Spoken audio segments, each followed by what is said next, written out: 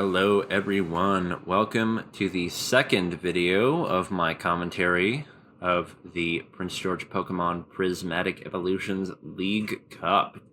This time, it is going to be our Masters final between Kyler Short and Eric Marutt, both very accomplished players here in Prince George. As we had discussed previously, Kyler Short is a two-time Cup champion at the time of recording this, and was our overall league champion last year in 2024. Eric Mert is no slouch as well. While he does not play as often as Kyler, he is himself a League Cup champion for the Temporal Forces League Cup and has been piloting one deck for pretty much the entire year. That's that Goldengo EX deck.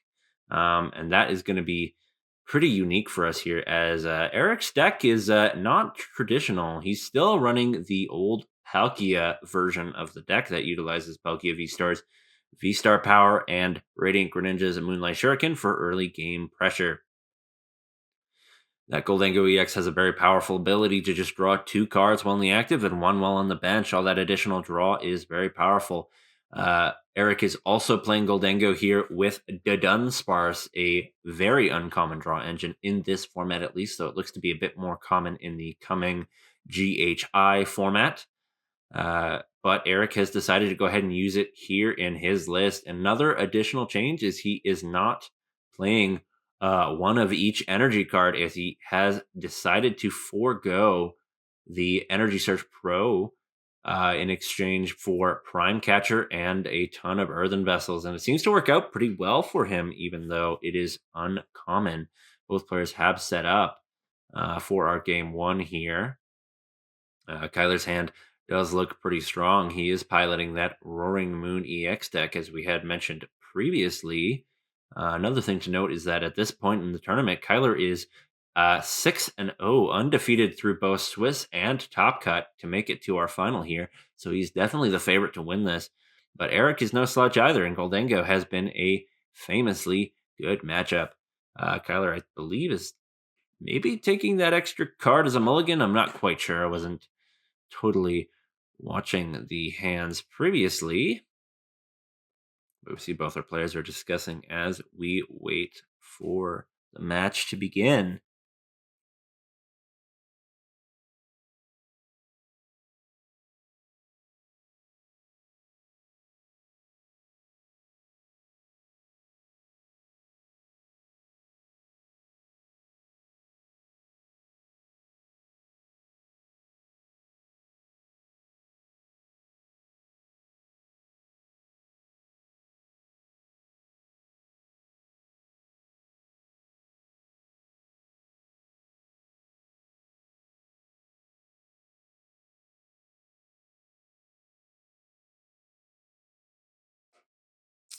As we said previously in this video, this tournament was held right before the April 11th standard format rotation. So this is our final match that in a PG Pokemon tournament for the FGH format. And what a fitting way to end it, with two former champions of this format coming back for a rematch.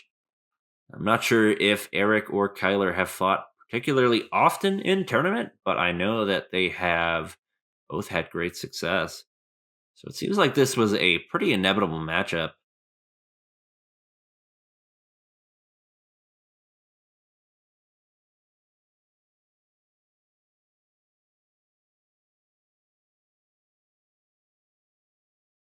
We're still waiting on the go ahead from the judges. It seems like we're just making sure everything is good to go to begin. I have to imagine that um, both players are going to opt to go their own turn order, which means Eric Merritt would prefer to go first and Kyler Shirt would prefer to go second. So that is likely what is going to happen, regardless of the winner of the coin flip. But we are just going to have to wait and see.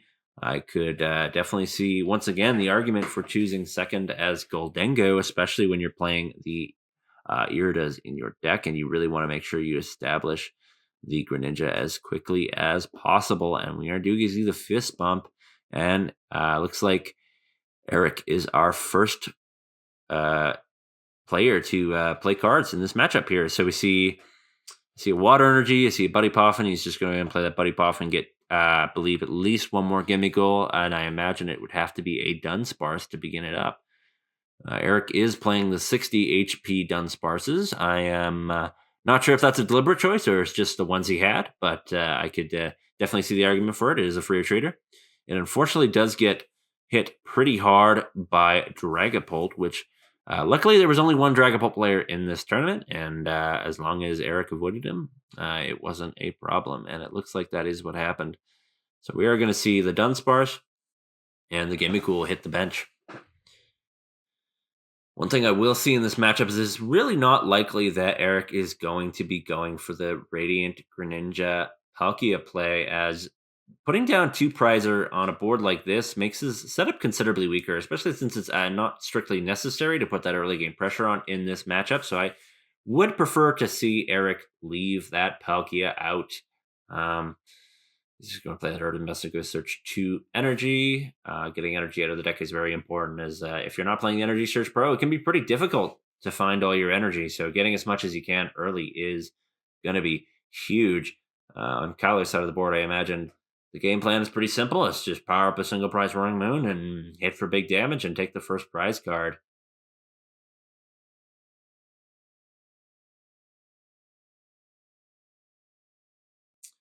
You got a metal and a water. He's choosing to put the metal. He's debating. I think he would prefer to put it on the back here just to force Kyler to have that Pokemon catcher to chase it down. And energy attachments are a huge resource in the Goldengo deck, so making sure that you have efficient usage of that is huge. And the trekking shoes, we're discarding the Pokegear just to go into a Pecharunt EX, which is going to be great. I see a Nest Ball and I believe an Ultra Ball, which is going to be very good for Kyler. It means he's going to be able to set up a pretty strong bench here going second. It's going to be pretty likely that he is going to be able to get that turn 2 attack off into this gimme goal, which will give him the immediate lead. But if Eric is able to go ahead and get a Goldengo up running the following turn, he only needs a single energy and only 2 energy cards if he is wearing that Ancient Booster Capsule, which means it'll be very easy for Eric to take return KOs, which is going to make this matchup a lot easier on him. And I see at least 1 Dark Energy in hand. It's going to be pretty efficient to go ahead and use Visada with only 1 energy in the discard pile. It might be what he's forced to do, but I think he's going to definitely try to avoid it if he can. You see the single prize Roaring Moon coming down. Okay, I ain't playing no games. We're in the Masters final of this tournament. I just want to make sure that I get it. And it's going to go ahead and put that down and say I'm okay with using Sada for only 1 energy.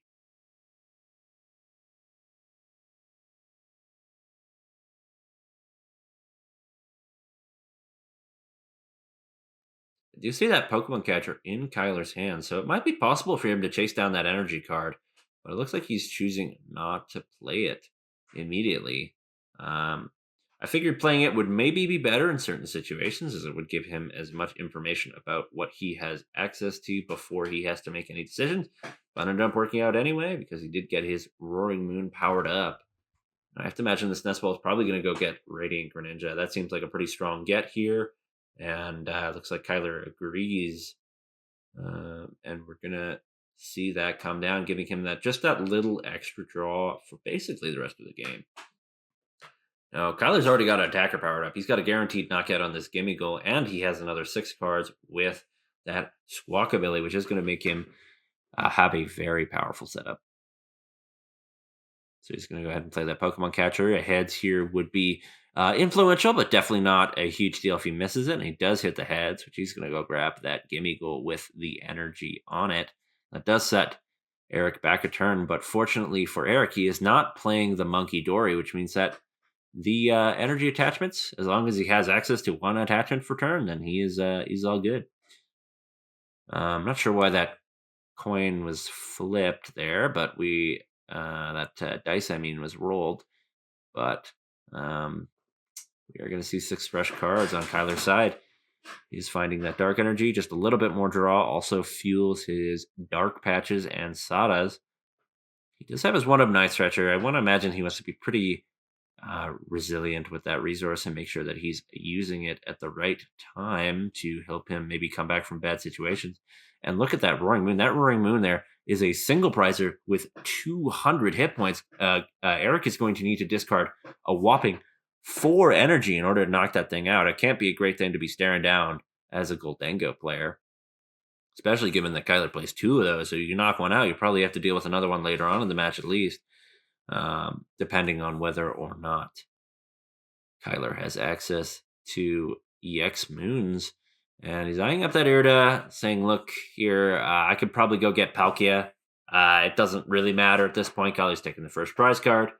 He hasn't taken 2. If I bench this Palkia here, it's not going to be as influential because I likely will get another single 2 prizer in that Goldengo EX up this turn.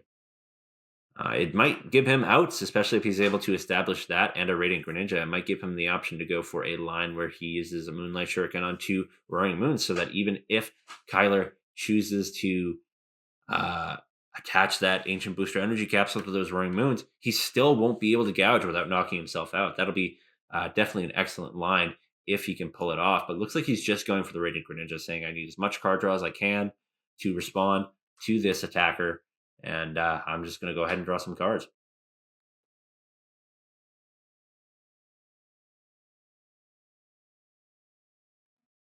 Also grab that Earthen Vessel. It is going to be pretty influential. It is going to allow him to go get a few more energy cards. But first he's going to conceal cards. Looks like maybe he wants to draw into some more energy before he searches some energy out. That's a great line for our players here, is to make sure that they are drawing into stuff they want before they search it out so they can get more of it. It's just a very, very powerful strategy. And we see he is just going to go ahead and count how much energy he has access to in the discard pile, as he does have 1 superior energy retrieval in hand.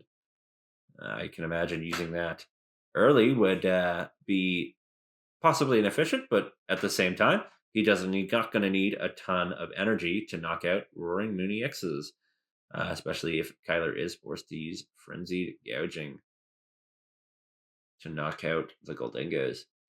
He's going to search out 2 more. He's going to have about 3 or 4 energy in hand at this point. The 1 attachment return plus the superior energy retrieval does give him enough energy to knock out this Roaring Moon single prizer. And it looks like he does have the Ultra Ball too to find the Goldengo. So I think we are going to see a knockout on Roaring Moon here.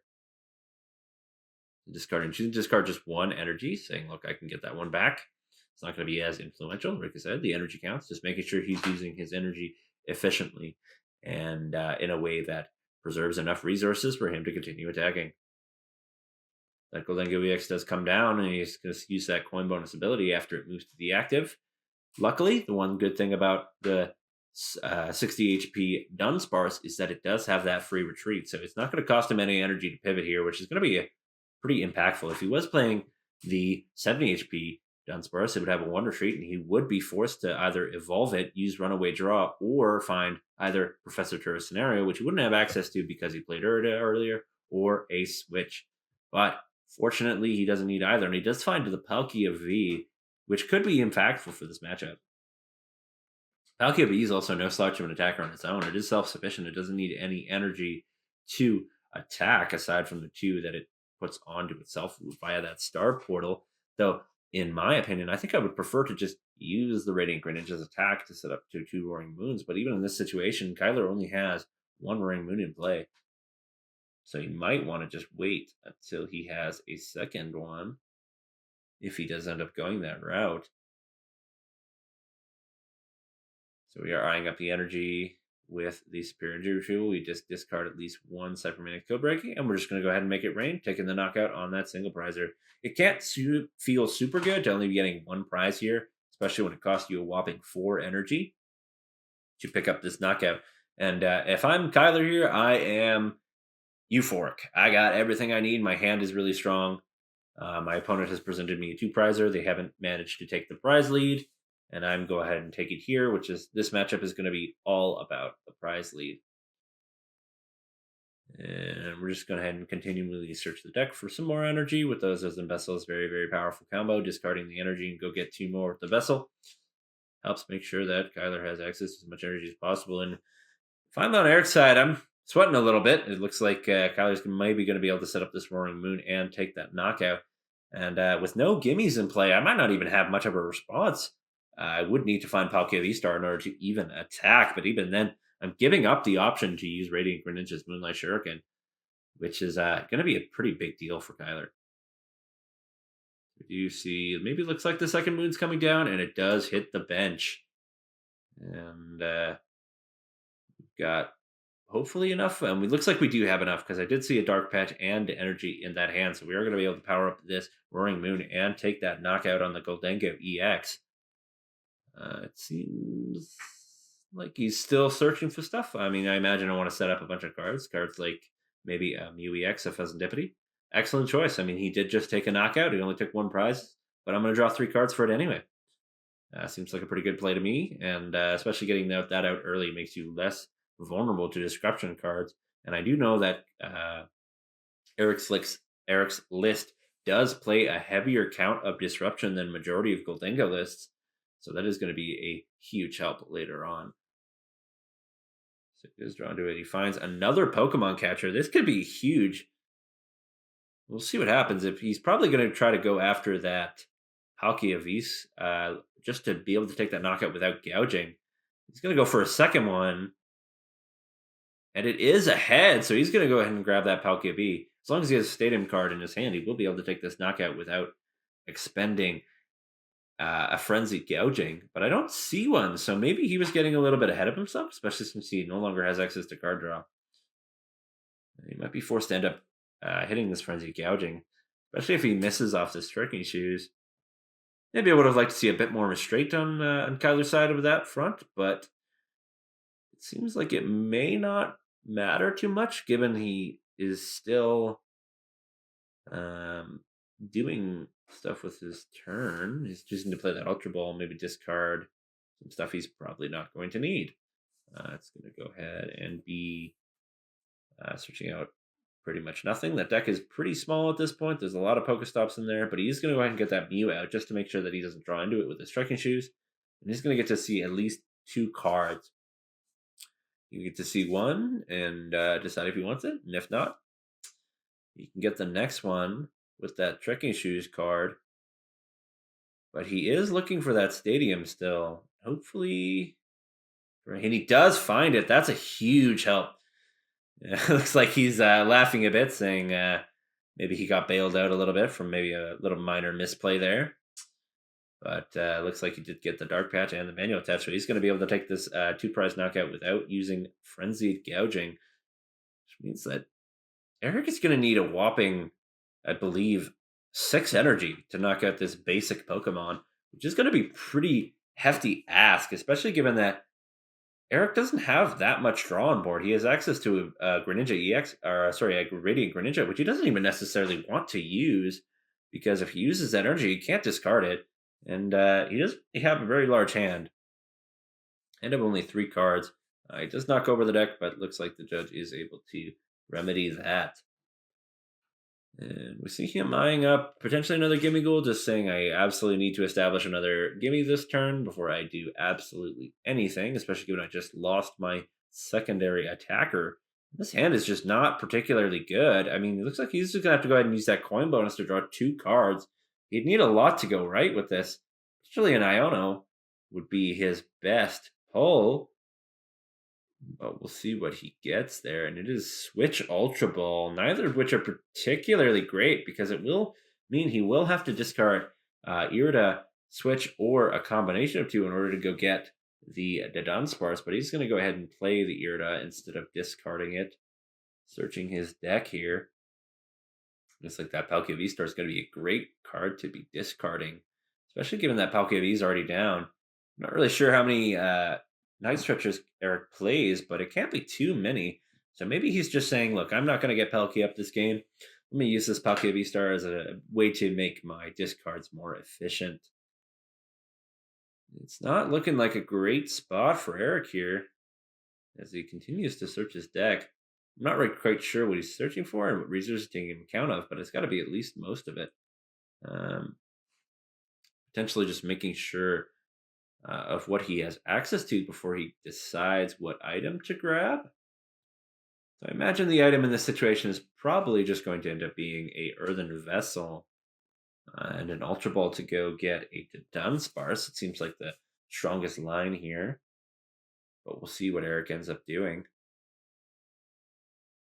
Looks like it's going to be another superior energy retrieval. Maybe Eric is just prioritizing getting this knockout over drawing additional cards. He can definitely discard one other card from his hand and that Palkia V-Star to draw some extra cards. I can't imagine him needing to switch too much, so this is going to be ends up being what he's going to discard. Put 4 energy back. He does need at least 2 more energy before he can take a knockout. So he's going to draw 2 with concealed cards. Now he needs 3 more energy. He did find the Dunsparce naturally off the Radiant Greninja draw, which is going to be a huge help. It's going to let him draw 3 additional cards. More resources means more options for discarding, which is going to make it much easier to use those superior energy retrievals. His hand is jammed full of energy. And he's going to burn the... He's going to play that Nest Ball to go get the Dunsparce. I'm not sure if I totally agree with that. I think in this situation, you would rather make sure you are conserving as much energy as possible for when you need to attack with your Goldengo. We have to think Eric's got to find a way to reverse the prize trade somehow and find a way to keep Kyler from taking a knockout here. There's not really a ton he can do, especially with Kyler holding that unfair stamp, where it means if he takes this KO, he might be set back down to 2 cards with no Goldengo in play, which could be really dire. Looks like he's still deciding what he wants to discard with that Spirit Energy Retrieval, and it looks like it might just be the Irida and the Energy card. So it's going to be an Energy card and an Ultra Ball to get these 3 energies. So he's effectively using his Superior as a single Energy Retrieval, which is never a great feeling, but he's going to go ahead and make it rain for 300 damage, knocking out Kyler's Roaring Moon EX. He gets 2 prizes, but it looks like Kyler's still in a pretty good spot. Choosing what to promote here. I don't hate the promotion of the Roaring Moon EX. It does take away his access to Dark Patch, but he does not have any Fruit Trader on board. So he definitely doesn't really want to promote anything else.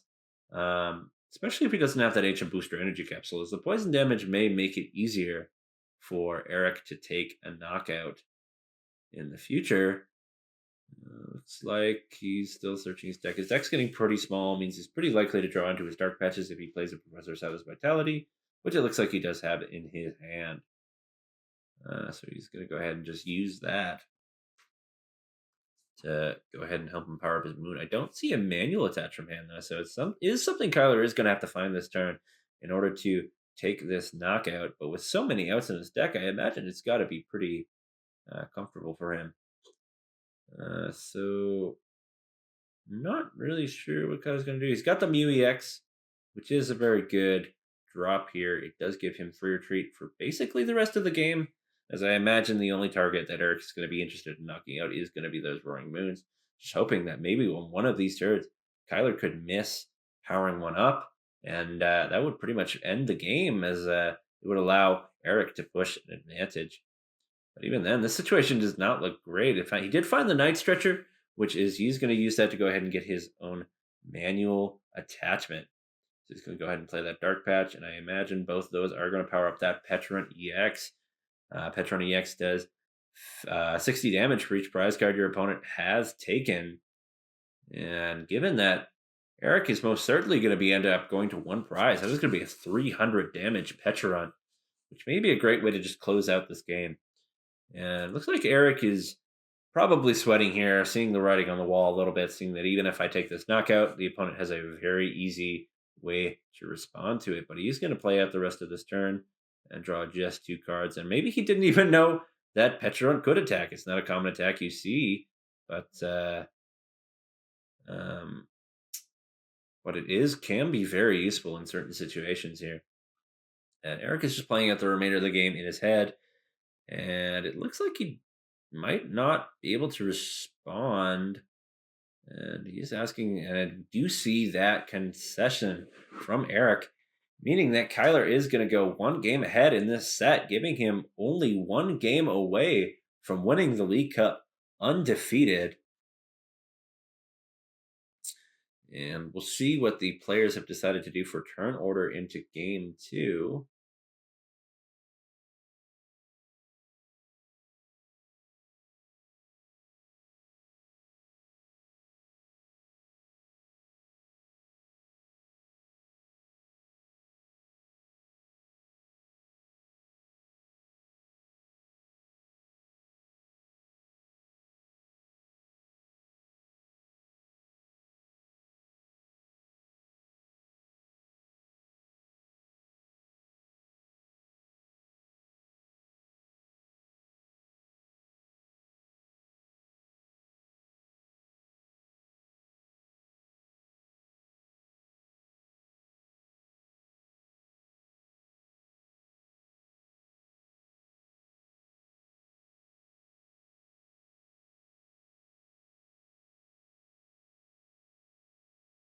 Oh dear, it looks like the only starting Pokemon for Eric might be that Palkia V. That could end up being disastrous for his tournament run here. And we see him set his 6 prize cards down. We'll see what he can end up doing with his hand. This might end up much quickly, but he did open up with a gimme goal, which is very fortunate for him. And it looks like Kyler is the one going first. So Eric also adopting the strategy that Gabe chose to make the Roaring Moon player go first, giving him access to a Sporter card on that first turn. So Kyler's going to go ahead and play that Nest Ball, which is going to let him find a basic Pokemon. And it's going to have to be that Squawkabilly, especially if that hand is particularly weak. He will need to find a way to draw additional cards. Losing a Dark Patch and a Professor Sal's Vitality is not going to be very good for him here. So hopefully he can find a way to utilize these turns. Unfortunately, he's discarding 2 Professor Status Vitality. That is going to be a very impactful discard for the remainder of this set, as it is going to limit how much energy acceleration Kyler has access to, especially if he's might be unable to find his Pal Patties. He only plays 1 copy. It might make it very difficult to find the Professor Sadas going forward. But it might just be what he's forced to do, given that this hand might just be particularly too poor. It looks like he also might be discarding the Dark Patch, which is going to be, again, very impactful.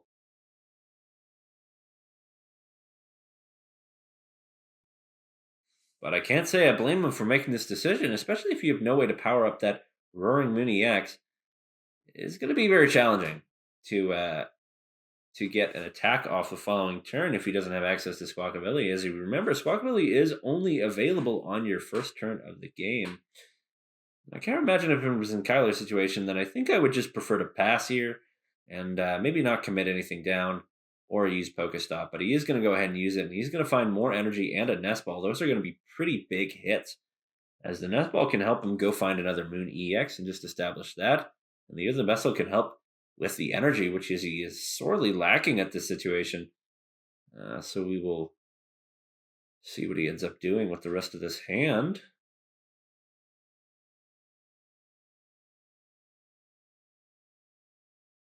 And he just ends up passing. I do like that pass there. You definitely don't want to telegraph too much to your opponent about how strong your setup is going to be the next turn. It might influence how they play out their turn. So it looks like he's going to go ahead and open up with that Pokestop, saying, "Ooh, those are not good discards. 2 supporters and an energy.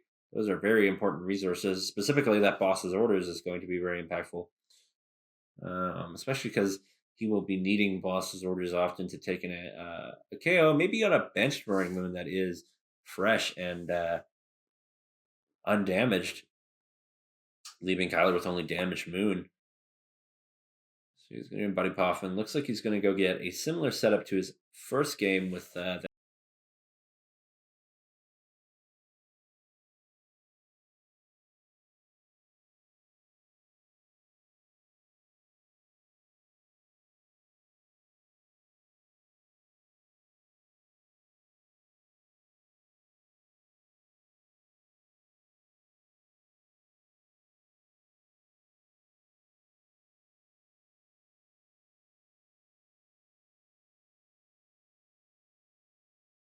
he's just going to go get actually 3 gimme goals down. I don't hate this play either. It helps make sure that he can establish multiple Goldengos, which are going to be the most consistent draw engine. They're also the largest Pokemon that he has access to, at least within the grounds of what he wants to end up be doing. He's going to use that minor errand running to just go get 2 energy out of the deck. It's good to just make sure you're not wasting it, especially when you're not playing a card like Energy Search Pro. It might be more to find those energies. Just getting those in the hand right away is going to help quite a bit with making sure he can take a return KO. But again, if Kyler puts that booster capsule on that single prize Roaring Moon, it's going to be very difficult to knock out for very little reward. And it looks like that's probably just going to be the plan, especially given he's got that guaranteed with that manual attachment. And he finds 2 energy and a nest ball off that Pokestop. The Pokestop that dreams are made of over here.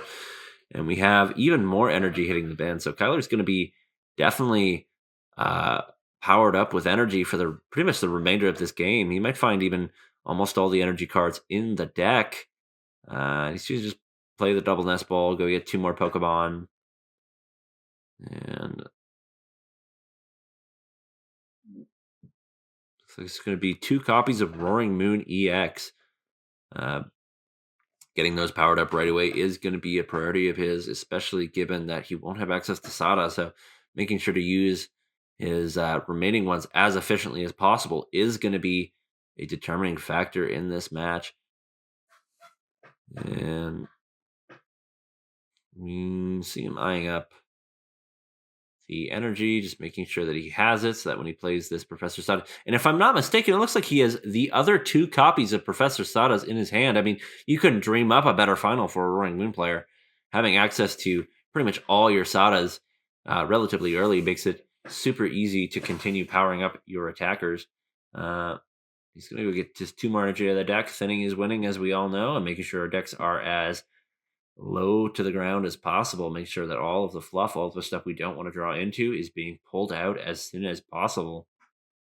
And energy is definitely not a great top deck in most situations, especially when situations like this, when you have a ton of energy already available to you. Drawing additional energy does not help a lot. So he still has access to a manual attachment, which means I can imagine we're probably seeing it coming down on that 1 naked Roaring Moon. And we do see it come down just to make sure that he has access to possibly a Sada followed by another manual attachment the following turn just to finish powering up those 2 Roaring Moons. And he's going to go ahead and take 1 prize card on this Gimme Goal, and very keyly removing 1 energy card from Eric's board. Maybe it would have been more optional to attach that metal energy to the Gimme Goal on the back, but I could see an argument for it either way, especially if Kyler doesn't hit the attack that turn. Then you'll end up needing to use at least 1 energy to retreat, especially because this Gimme Goal has 2 energy, so you have to find an additional metal energy for your active Goldengo. But it looks like Kyler or Eric there is thinking pretty hard about what he has. I'm not sure how strong that hand looks. It doesn't look particularly strong. It looks like he doesn't really have a great way to get into the Goldengo EX. It looks like he still has that Palkia V-Star V down. He might just have to end up benching it and saying, look, this might be my only way to attack in the following turns, which does seem pretty dire for Eric here, especially given Kyler has just had the best possible setups for multiple games in a row. It just seems like there's almost no hope. But looks like Eric gets that Palkia down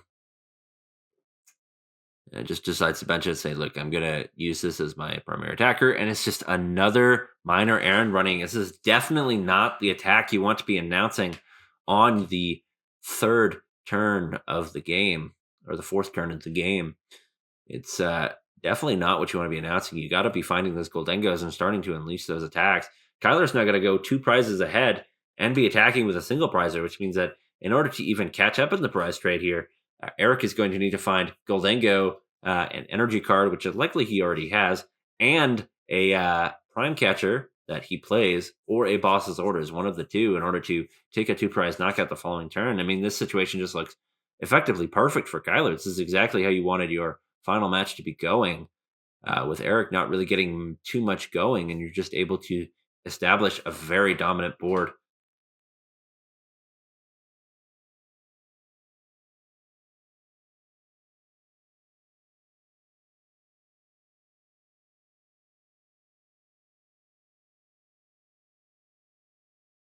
seeing how much he has access to. I imagine the Silas Vitality is just going to be the first thing coming down, and he's just going to get those moons basically next to powered up, so that even if Eric does manage to respond with a Goldengo of his own, or even a Palkia V Star, that thing's just going to get immediately knocked out, leaving him with not much else. He really has to get something going immediately on this next turn to even have a remote chance, and even then, his chances aren't very high. But that is an incredible Pokestop. Those two Palpads are that Palpad there is going to let Kyler get two of those Professor Sada's Vitalities back, meaning he'll have access to even more energy acceleration. With that lost vacuum too, he could even remove the Pokestop for Eric, making it even more difficult for him to establish any attackers. It seems like that's probably the play he's going to end up doing, given it gives him the best chance at winning. As said, especially one game up. I mean, it feels basically you're just striding to the finish here. It's just such a dominant position.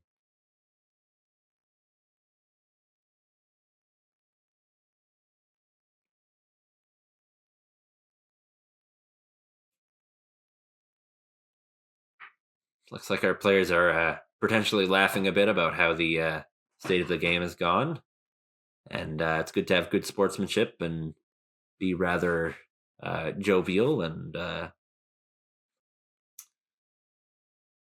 yeah. So he is going to end up going ahead and using that lost vacuum on the Pokestop just to remove one more option of Eric to just get additional cards. As he knows that Eric's hand is particularly weak. Taking away access to more cards might make it even less likely that he's going to draw into something useful. Looks like he's just checking his discard pile potentially one more time before he announces an attack here. But he's got two fully powered up Roaring Moons on the bench. I mean, this is basically just perfect setup for Kyler. Looks like Eric is pacing out the rest of the game. Potentially, he may find a way to win this, but it's going to be slim. It's going to require a lot to go wrong for Kyler. Might involve potentially a Radiant Greninja play with taking out that Pecharunt and maybe trapping something. But even that seems slim given that Squawkabilly EX only has a 1 retreat cost. He does find Palkia V-Star, which is very impactful here. This means he is going to take a knockout. But will it be enough? I can't imagine it will be. Using that Earthen Vessel to get enough energy in the discard to use that Star Portal. He go gets 2 more energy from the deck.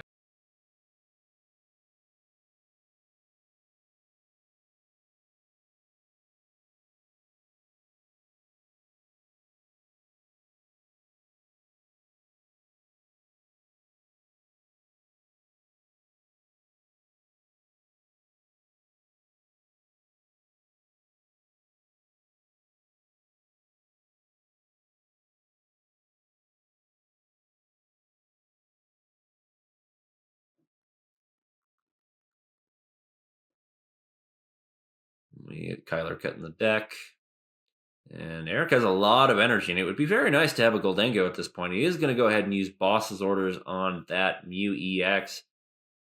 Not really sure the reasoning behind that one, but he's going to go ahead and take it out. As it would allow Kyler to potentially draw extra cards. So he's going to go ahead and take out that Mew EX, putting him down to 2 prize cards. And at this point, all Kyler has to do is gouge twice for the game.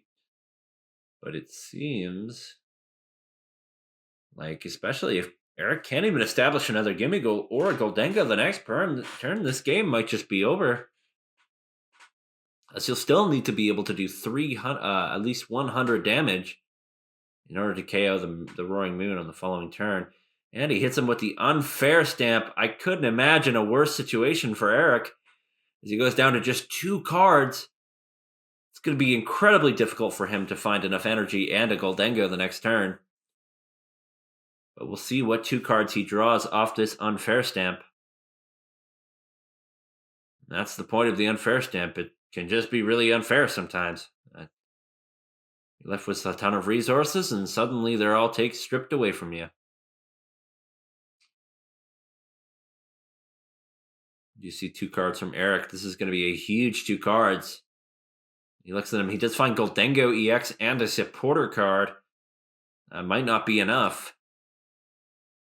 Goldengo EX is about as good as a card he could have drawn. But without access to anything else, it might just end up being too difficult. The only card he would need to be able to even respond would be potentially a superior energy retrieval.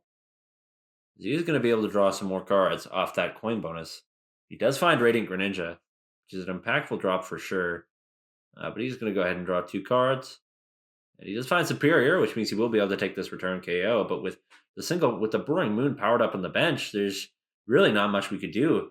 I mean, in order to even force a sudden death situation, Eric would need a Boss's Orders here, and he does mill a Dunsparce and a Goldengo EX of his own. And it just seems like there's not a ton he can do, especially without the access to that Boss's Orders. He's going to bench the Radiant Greninja. Choose to use Earthen Vessel to just get some more energy out of the deck. Get 1 water. Yeah, 2 water.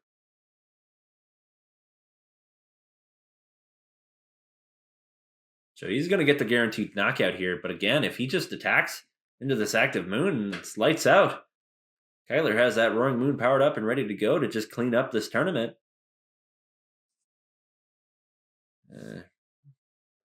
Draws 2 more cards, finds another Earthen Vessel. I imagine he's going to play that to go get more energy. But once again, he does need to find that Boss's Orders to even have a chance. And we do see the concession making Kyler Short your Prismatic Evolutions League Cup champion with an incredible undefeated run, 7-0 through the entire tournament. And I want to thank you all so much for watching.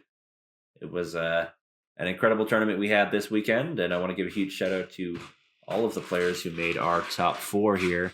Those being Eric Marutt, Kyler Short, Ed Dano, and Gabriel Galbraith. All of you put on an incredible show for our top 4 there, and as well as all the players who didn't make top cut. It's a tough go out there, and we salute all of you for putting out the effort that you do into our tournaments. And so thank you very much for watching.